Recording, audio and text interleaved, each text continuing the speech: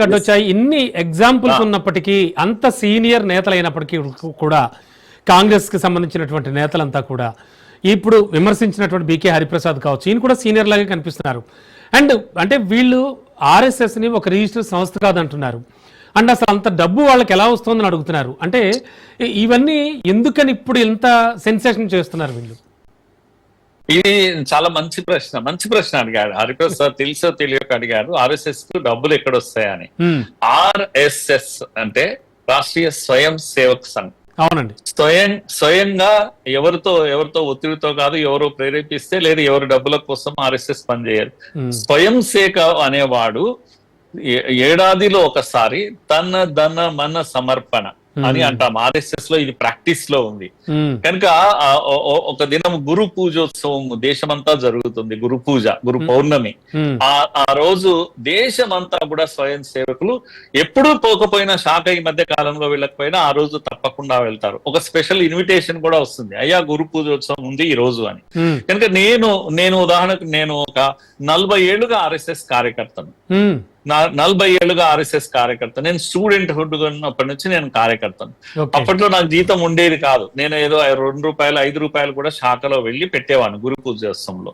ఒక కవర్ లో పెట్టేసి వాళ్ళు అడగరు ఎంత అని, ఏమీ అడగరు. నేనే స్వయంగా వెళ్ళేవాడిని, శాఖకు వెళ్ళి పెట్టేవాడిని. ఈ రోజు కూడా అది కంటిన్యూ చేస్తాను. 40 ఏళ్లుగా నేను ఆ పనిలో ఉన్నాను. ఈ రోజు కూడా అందరం కూడా మేము 10% పెడతాం. 10% మా ఇన్కమ్ లో పెడతాం. మేము చెప్తున్నాం కదా, కవర్ లో పెడతాము, సమర్పణ చేసి వస్తాం. దాంతో మా శాఖలు నడుస్తాయి, దాంతో మా సంఘం నడుస్తుంది. ఇలా లక్షలాది మంది కార్యకర్తలు తమ ఎలాంటి స్వార్థం లేకుండా నిస్వార్థంగా దేశం కోసం. మాట్లాడడం చాలా హ్యాపీగా ఉంది నాకు. మీరు చాలా కోటీశ్వర్లు అయినప్పటికీ కూడా, మీరు చాలా పెద్ద కోటీశ్వర్లు, ఆర్ఎస్ఎస్ అంటే మీకు సింపతి ఉన్నప్పటికీ కూడా మీరు గురు పూజోత్సవం ఉంటుందని ఇలా మీరు శాఖలో వచ్చి ఏదైనా మీరు సమర్పణ చేయాలనుకుంటే చేయొచ్చు. అంటే నేను ఇస్తానయా, రండి, ఇంటికి రండి, నేను 10 లక్షలు ఇస్తాను అని అంటే కూడా వెళ్ళరు, తీసుకోరు. మీరు శాఖకు రావాల్సిందే, ధ్వజానికి ప్రణామం చేయాల్సిందే, సమర్పణ చేయాల్సిందే. అలా అయితే రాండి, పర్వాలేదు, మీకు వీలు కాకపోతే ఏం పర్వాలేదు అని అంటారు. మీరు మీ ఆశీస్సులు మాతో ఉంటే చాలు, మీరు రావాల్సిన పని లేదు అని. మీరు పెద్దవాళ్ళు కదా, రాలేకపోతే పర్వాలేదు అంటారు. అయ్యో ఇది ఎక్కడి గొడవ? మీరు ఆర్ఎస్ఎస్ నేను ఇస్తానంటే మీరు తీసుకోరేందా అని గొడవ పడ్డ వాళ్ళు పెద్ద వాళ్ళు ఉన్నారు, బాగా డబ్బున్న వాళ్ళు. కనుక డబ్బు ప్రధానం కాదు, మీ ప్రేమనే ప్రధానం. కనుక మీరు శాఖకు రావాలి అనేది మాకు చాలా ముఖ్యమైనటువంటి విషయం. ఇలా చాలా మంది వచ్చిన వాళ్ళు ఉన్నారండి, నేను ఈ రోజు మీకు చెప్తున్నాను. కనుక ఆయన అడిగిన ప్రశ్న చాలా మంచిది.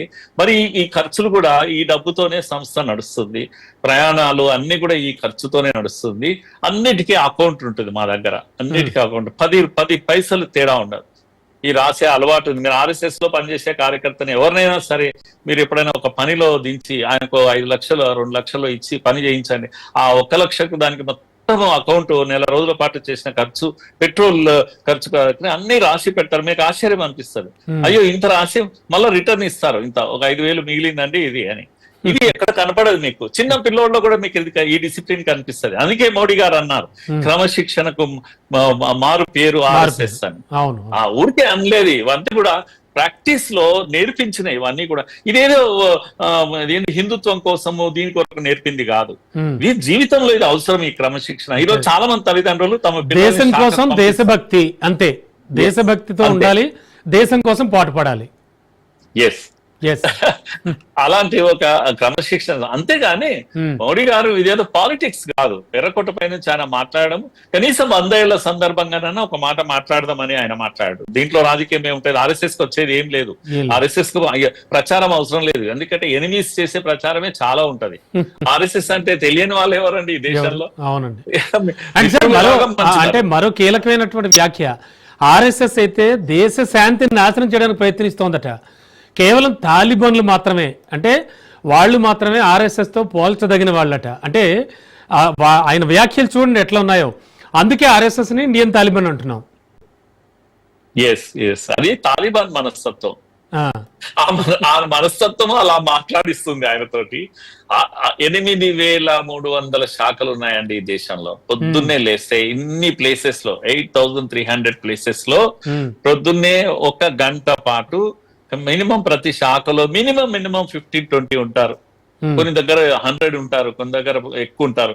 ఇలా దేశం అంతా కూడా ఎన్ని లక్షల మంది ప్రతిరోజు వెళ్ళి 1 గంట అక్కడ గడిపి చేసి వచ్చే పని ఏంది అంటే స్వయం సేవకులు ప్రతిరోజు నిర్మాణం అవుతారు. మహిళలు సేవికా సమితి 4000 స్థలాల్లో సేవికా సమితి యాక్టివిటీస్ ఉంటాయి.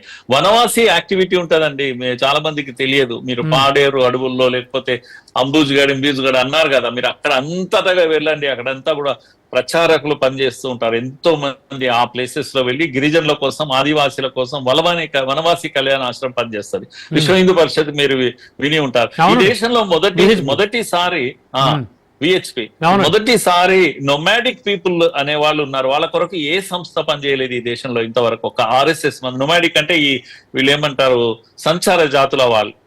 10 కోట్ల మంది ఉన్నారండి. 10 కోట్ల మంది కొరకు ఒక సంస్థ నడిపిస్తుంది RSS.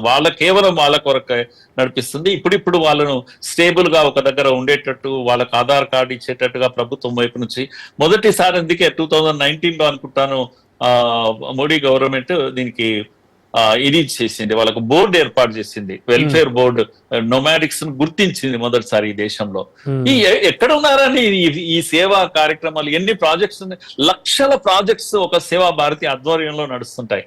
ఎవరికి తెలుసండి ఇవన్నీ? నిశ్శబ్దంగా జరిగే ఉద్యమం ఇదంతా కూడా. RSS is not an organisation, it is a movement. ప్రతి నిత్యము కొన్ని లక్షల మంది ఏమంటారు, నిస్వార్థంగా సమాజం కోసం పనిచేస్తూ ఉంటారు, సేవా కార్యక్రమంలో పనిచేస్తూ ఉంటారు. ఏమవసరం ఈ రాజకీయాలతో? RSS కు పనేముంది? వ్యక్తులను నిర్మాణం చేస్తూ ఉంది. అందుకే మోహన్ భగవత్ కూడా ఒకసారి మీరు వీడియోలో అక్కడక్కడ విని ఉంటారు, RSS లో పనిచేస్తే నాకేమొస్తుంది అని ఎవరన్నా అడిగితే చాలా పొరపాటు చేసినట్టే. ఎందుకంటే మీకు ఏమీ రాదు, పైనుంచి మీకు అంతా పోతుంది, నష్టపోతారు, మీరు సమయం వేస్ట్ అవుతుంది, మీ డబ్బులు వేస్ట్ అవుతాయి RSS లో పనిచేయడం వల్ల.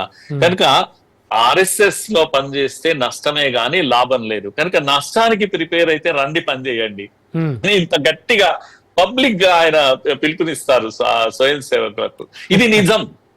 ఇది నిజం.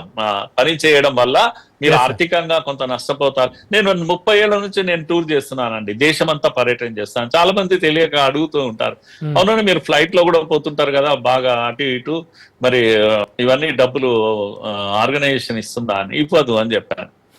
ఇవ్వదా అని అంటారు. మరి ఇవన్నీ డబ్బులు అంటే పెట్టుకుంటాను, నాకు సొంతంగా పెట్టుకున్నా. నా టైం కాస్త మిగిలాలంటే నేను ఏం చేయాలి? 1 గంటలో ఫ్లైట్ లో ప్రయాణం చేయాలి, లేదు డబ్బు మిగిలాలంటే నేను ట్రైన్ లో ప్రయాణం చేయాలి. కానీ ప్రయాణం చేయడం తప్పదు నాకు, నేను ప్రయాణం పని చేయక తప్పదు.